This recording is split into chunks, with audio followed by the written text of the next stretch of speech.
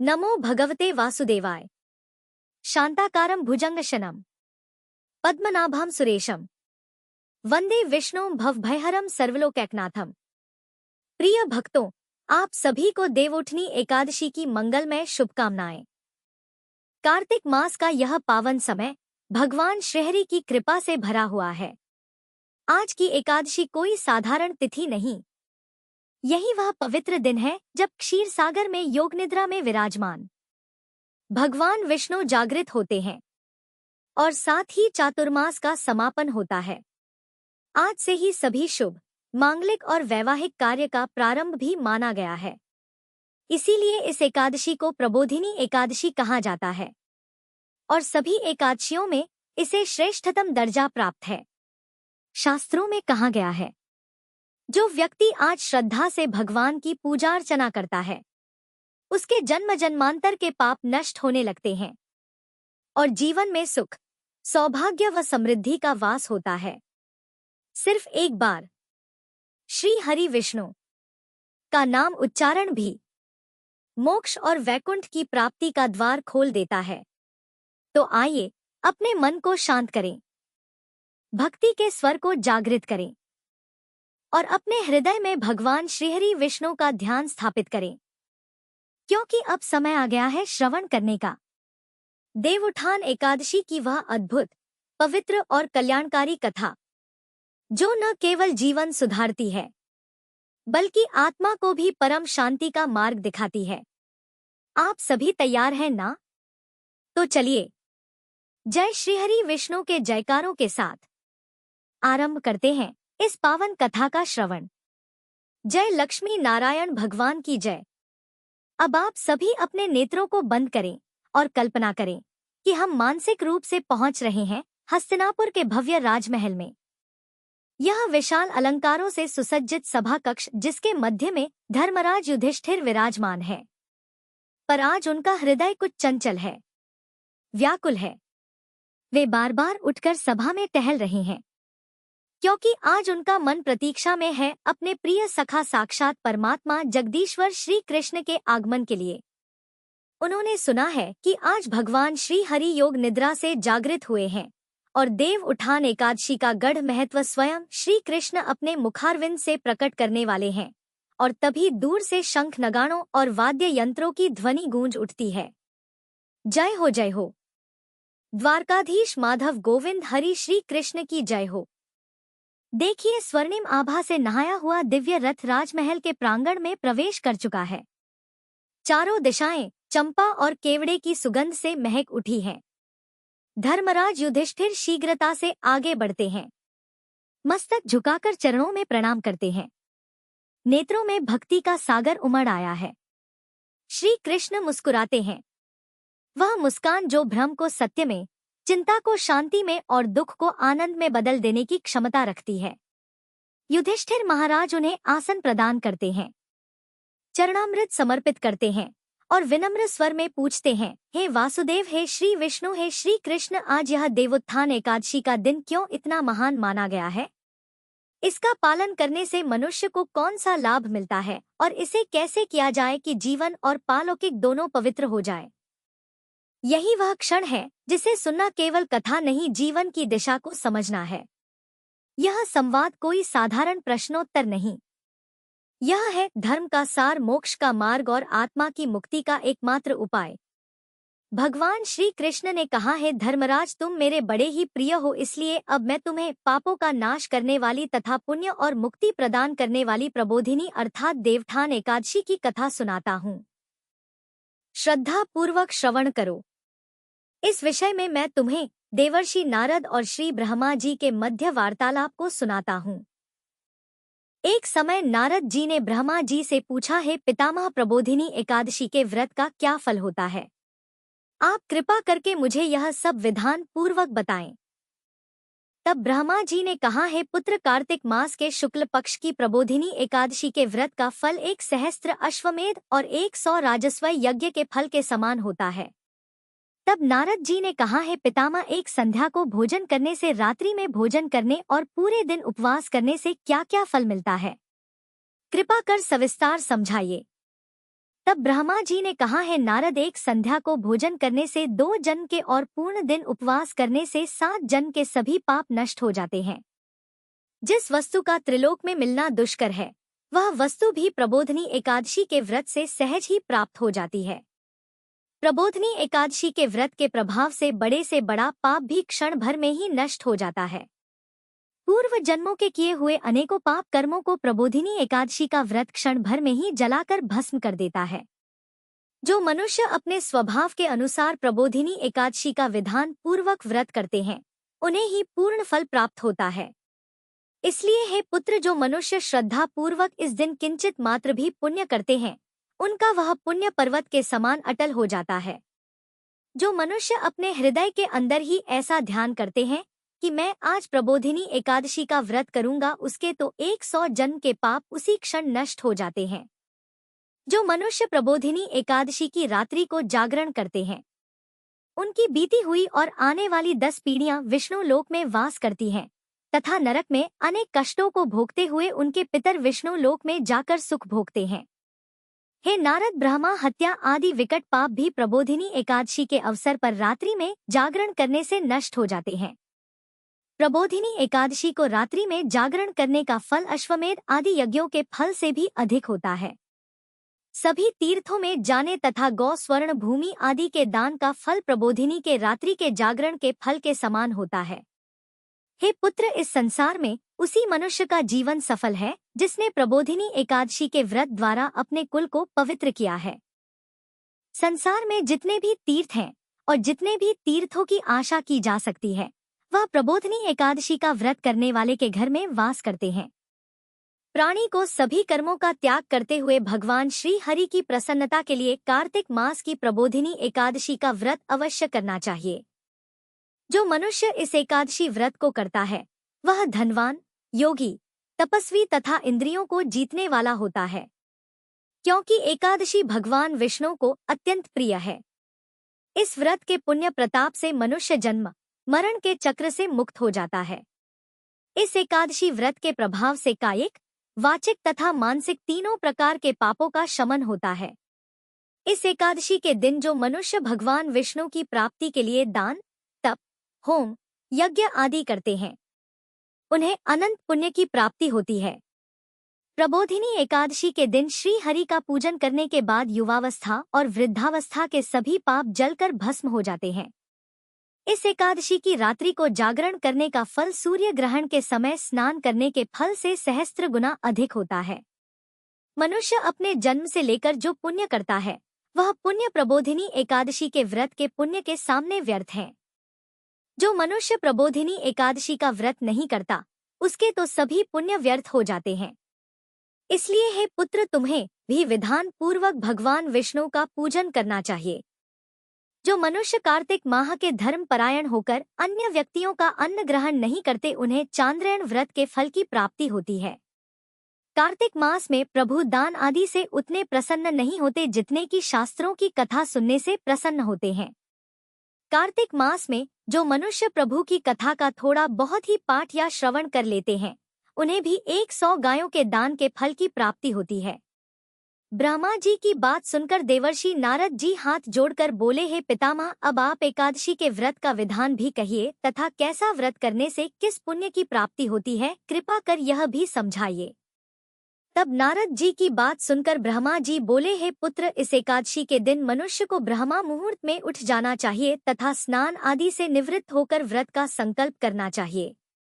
उस समय भगवान विष्णु से प्रार्थना करनी चाहिए कि हे प्रभु, आज मैं निराहार रहूंगा और दूसरे दिन भोजन करूंगा, इसलिए आप मेरी रक्षा करें। इस प्रकार प्रार्थना करके भगवान का पूजन करना चाहिए और व्रत आरंभ करना चाहिए। फिर उस रात्रि को भगवान के समीप गायन, नृत्य, वादन तथा कथा कीर्तन करते हुए रात्रि बिता चाहिए। प्रबोधिनी एकादशी के दिन कंजूसी को त्याग कर बहुत से पुष्प अगर धूप आदि से भगवान की आराधना करनी चाहिए। शंख के जल से भगवान को अर्घ्य देना चाहिए। इसका फल तीर्थ दान आदि से करोड़ गुना अधिक माना जाता है। जो मनुष्य अगस्त्य पुष्प से भगवान का पूजन करते हैं, उनके सामने तो देवराज इंद्र भी हाथ जोड़ते हैं। कार्तिक मास में जो बिल्व पत्र से भगवान का पूजन करते हैं उन्हें अंत में मुक्ति मिलती है। कार्तिक मास में जो मनुष्य तुलसी जी से भगवान का पूजन करता है उसके 10,000 जन्मों के सभी पाप नष्ट हो जाते हैं। जो मनुष्य इस मास में श्री तुलसी जी के दर्शन, स्पर्श, ध्यान, कीर्तन, रोपण अथवा सेवन करते हैं वे सहस्त्र कोटि युगों तक भगवान विष्णु के लोक में वास करते हैं। जो मनुष्य तुलसी का पौधा लगाते हैं उनके कुल में जो जन्म लेते हैं वे प्रलय के अंत तक विष्णु लोक में निवास करते हैं। जो मनुष्य भगवान का कदम पुष्प से पूजन करते हैं वह यमराज के कष्टों को नहीं पाते। सभी मनोकामनाओं को पूर्ण करने वाले भगवान विष्णु कदम पुष्प को देखकर अत्यंत प्रसन्न होते हैं। यदि उनका कदम पुष्प से पूजन किया जाए तो इससे उत्तम बात तो और कोई नहीं है। जो गुलाब के पुष्प से भगवान का पूजन करते हैं उन्हें निश्चित ही मुक्ति मिलती है। जो मनुष्य वकुल और अशोक से भगवान का पूजन करते हैं वे अनंत काल तक शोक से रहित रहते हैं। जो मनुष्य भगवान विष्णु का श्वेत और लाल कनेर के पुष्पों से पूजन करते उन पर भगवान अत्यंत प्रसन्न होते हैं। जो मनुष्य भगवान श्री हरि का दूर्वाद दल से पूजन करते हैं वे पूजा के फल से 100 गुना अधिक फल प्राप्त करते हैं। जो भगवान का शमी पत्र से पूजन करते हैं वे भयानक यमराज के मार्ग को सुगमता से पार कर जाते हैं। जो मनुष्य चंपक पुष्प से भगवान का पूजन करते हैं वे जीवन मृत्यु के चक्र से मुक्त हो जाते हैं। जो मनुष्य पीले और रक्त वर्ण कमल के सुगंधित पुष्पों से भगवान का पूजन करते हैं उन्हें श्वेत द्वीप में स्थान मिलता है। इस प्रकार रात्रि में भगवान का पूजन करके प्रातःकाल शुद्ध जल की नदी में स्नान करना चाहिए। स्नान करने के बाद भगवान की स्तुति करते हुए घर आकर भगवान का पूजन करना चाहिए। इसके बाद ब्राह्मणों को भोजन कराना चाहिए तथा दक्षिणा देकर आदर सहित उन्हें प्रसन्नता पूर्वक विदा करना चाहिए। फिर गुरु की पूजा करनी चाहिए और ब्राह्मणों को दक्षिणा देकर नियम को छोड़ना चाहिए। जो मनुष्य रात्रि स्नान करते हैं उन्हें दही और शहद दान करना चाहिए। जो मनुष्य फल की आशा करते हैं उन्हें फल दान करना चाहिए। तेल के स्थान पर घी या घी के स्थान पर दूध, अन्नों में चावल दान करना चाहिए। जो मनुष्य इस व्रत में भूमि पर शयन करते हैं उन्हें सब वस्तुओं सहित शया दान करनी चाहिए। जो मौन धारण करते हैं उन्हें स्वर्ण सहित तिल दान करना चाहिए। जो मनुष्य कार्तिक मास में खड़ाऊ धारण नहीं करते उन्हें खड़ाऊ दान करने चाहिए। जो इस मास में नमक त्यागते हैं उन्हें शक्कर दान करनी चाहिए। जो मनुष्य नित्य प्रति देव मंदिरों में दीप प्रज्वलित करते हैं उन्हें स्वर्ण अथवा तांबे के दीपक को घी या बत्ती सहित दान करना चाहिए। जो मनुष्य चातुर्मास व्रत में किसी वस्तु को त्याग देते हैं उन्हें उस दिन से उस वस्तु को पुनः ग्रहण करना चाहिए। और जो मनुष्य प्रबोधिनी एकादशी के दिन विधान पूर्वक व्रत करते हैं उन्हें अनंत सुख की प्राप्ति होती है और अंत में स्वर्ग को वे जाते हैं। जो मनुष्य चातुर्मास व्रत को बिना किसी बाधा के पूर्ण कर लेते हैं उन्हें दोबारा जन्म नहीं लेना पड़ता। जिन मनुष्यों का व्रत खंडित हो जाता है उन्हें दोबारा प्रारंभ कर लेना चाहिए। जो मनुष्य इस एकादशी के महात्म्य का श्रवण और पाठ करते हैं उन्हें अश्वमेध यज्ञ के फल की प्राप्ति होती है। इस प्रकार भगवान श्री कृष्ण ने देवठान एकादशी का संपूर्ण महत्व, उसका पुण्य, उसका गौर रहस्य और उसके अनुष्ठान का तरीका धर्मराज युधिष्ठिर को अत्यंत मधुर, दिव्य और स्पष्ट शब्दों में बताया। सभा में बैठे सभी राजपुरुष, विद्वान, ऋषि और ब्राह्मण निर्मल भाव से ध्यान लगाए सुनते रहे। हर शब्द मानो हृदय पर अमृत की तरह बरसता जा रहा था, मानो स्वयं धर्म का स्वरूप सभा में अवतरित हो गया हो। जब भगवान ने अपना उपदेश समाप्त किया तो सभा में अद्भुत नीरवता छा गई। वातावरण में शांति, तेज और भक्ति की तरंगे फैल गई। धर्मराज युधिष्ठिर की आंखों में आनंद के अश्रु फूट पड़े। उन्होंने हाथ जोड़कर कहा, हे भगवान, आज आपने केवल मेरी ही नहीं समस्त मानवता की जिज्ञासा शांत कर दी। यह ज्ञान जीवन और परलोक दोनों को प्रकाशमान कर देने वाला है। हमारी आने वाली पीढ़ियां भी इसका अनुसरण करेंगी। श्री कृष्ण ने स्नेहपूर्ण दृष्टि से युधिष्ठिर को देखा और अपने सुदर्शन समान तेजस्वी मुख से वचन दिया, है धर्मराज, जो मनुष्य आज के दिन भक्ति से व्रत को करता है, दीपदान करता है और यह कथा श्रवण करता है, उसका जीवन पवित्र हो जाता है और उसका मार्ग स्वयं मैं प्रशस्त करता हूँ। ऐसा कहते हुए भगवान का दिव्य तेज और बढ़ने लगा।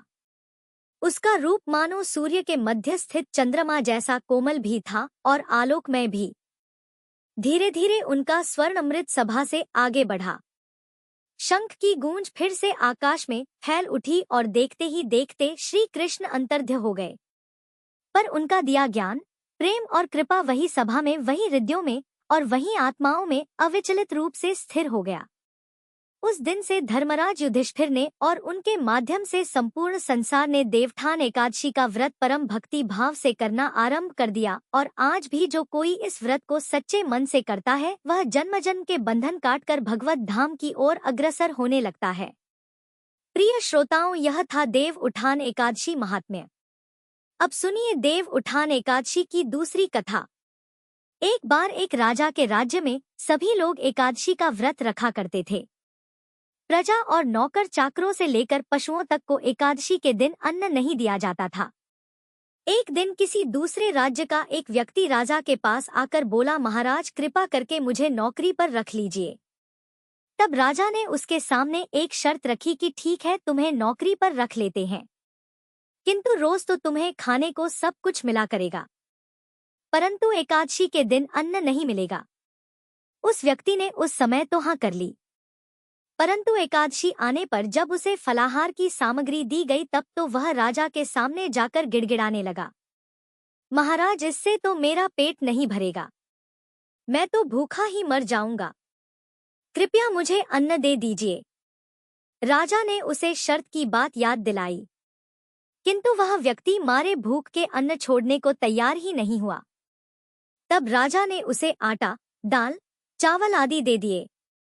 अब वह नित्य की तरह नदी पर पहुंचा और स्नान कर भोजन पकाने लगा।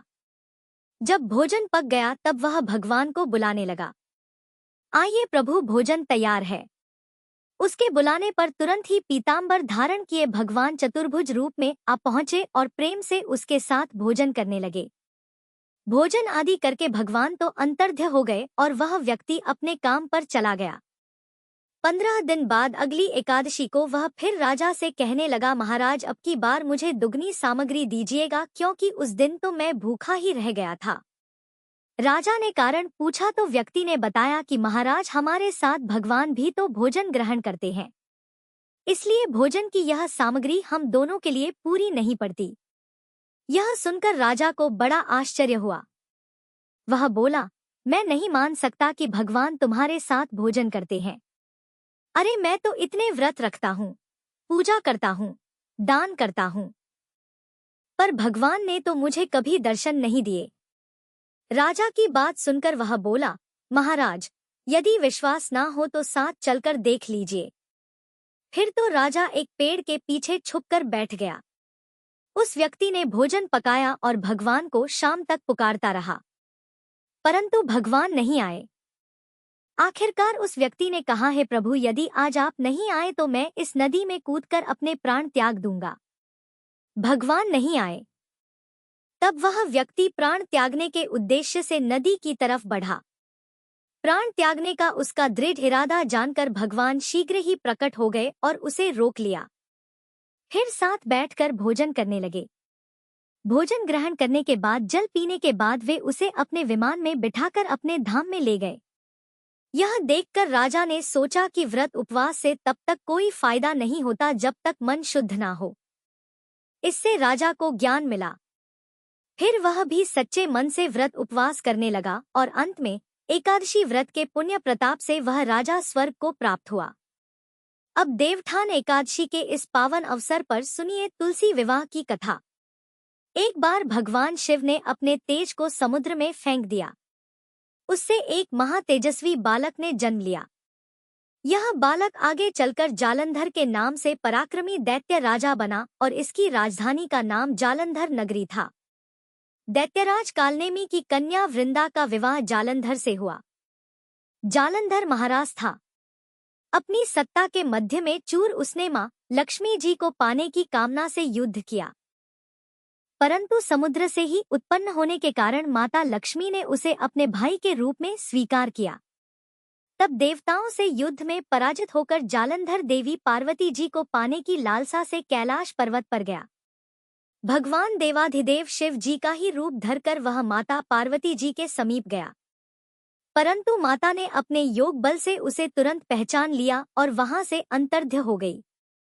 तब देवी पार्वती ने क्रुद्ध होकर सारा वृतांत भगवान विष्णु को सुनाया। जालंधर की पत्नी वृंदा अत्यंत पतिव्रता स्त्री थी। उसी के पतिव्रत धर्म की शक्ति से जालंधर ना तो मारा जाता था और ना ही पराजित होता था। इसलिए जालंधर का नाश करने के लिए वृंदा के पतिव्रत धर्म को भंग करना बहुत जरूरी था। इसी कारण भगवान विष्णु ऋषि का वेश धारण कर वन में जा पहुंचे, जहां वृंदा अकेली भ्रमण कर रही थी। भगवान के साथ 2 मायावी राक्षस भी थे, जिन्हें देखकर वृंदा भयभीत हो गई। ऋषि ने वृंदा के सामने क्षण भर में दोनों को भस्म कर दिया। उनकी शक्ति देखकर वृंदा ने कैलाश पर्वत पर महादेव के साथ युद्ध कर रहे अपने पति जालंधर के विषय में पूछा। तब ऋषि बने भगवान विष्णु ने अपनी माया से 2 वानर प्रकट किए। एक वानर के हाथ में जालंधर का सिर था तथा दूसरे के हाथ में धड़। अपने पति की यह दुर्दशा देखकर वृंदा मूर्छित होकर गिर पड़ी। होश में आने पर उन्होंने ऋषि रूपी भगवान से विनती की कि वह उसके पति को जीवित करें। तब भगवान ने अपनी माया से पुनः जालंधर का सिर धड़ से जोड़ दिया, परंतु स्वयं ही वह उसी शरीर में प्रवेश कर गए। वृंदा को इस छल का जरा भी आभास नहीं हुआ और जालंधर बने भगवान के साथ वृंदा पतिव्रता का व्यवहार करने लगी, जिससे उसका सित्व भंग हो गया और सित्व भंग होते ही उधर कैलाश पर्वत पर महादेव के साथ युद्ध कर रहे जालंधर का वध हो गया। भगवान शिव ने जालंधर का वध कर दिया और इस सारी लीला का जब वृंदा को पता चला तो उसने क्रुद्ध होकर भगवान विष्णु को शिला होने का श्राप दे डाला और स्वयं सती हो गई। जहां वृंदा भस्म हुई वहां राख पर तुलसी का पौधा उग गया। तब भगवान विष्णु ने वृंदा से कहा, है वृंदा, तुम अपने सित्व के कारण मुझे लक्ष्मी से भी अधिक प्रिय हो गई हो। अब तुम तुलसी के रूप में सदा मेरे साथ रहोगी। जो मनुष्य मेरे शालिग्राम रूप के साथ तुलसी जी का विवाह करेगा, उसे इस लोक और परलोक में विपुल यश प्राप्त होगा। जिस घर में तुलसी होती है, वहां यम के दूत भी अस्मय नहीं जा सकते। गंगा और नर्मदा जी के जल में स्नान तथा तुलसी जी का पूजन बराबर माना जाता है। चाहे मनुष्य कितना भी पापी क्यों ना हो, मृत्यु के समय जिसके प्राण मंजरी रहित तुलसी और गंगाजल मुख में रखकर निकल जाते हैं, वह पापों से मुक्त होकर बैकुंठ धाम को प्राप्त होता है। जो मनुष्य तुलसी और आंवला की छाया में अपने पितरों का श्राद्ध करता है, उसके पितर भी मोक्ष को प्राप्त हो जाते हैं और अधोगति से मुक्ति हो जाती है। सभी प्रेम से बोलिए, पतित पावनी तुलसी मैया की जय। यह थी आज की पावन कथा तुलसी विवाह की। अगर आपको यह जानकारी अच्छी लगी हो तो वीडियो को लाइक और शेयर जरूर करें और ऐसी ही धार्मिक कथाएं सुनने के लिए हमारे चैनल को सब्सक्राइब कर बेल आइकन दबाएं। राधे राधे। जय श्री विष्णु। जय तुलसी मैया।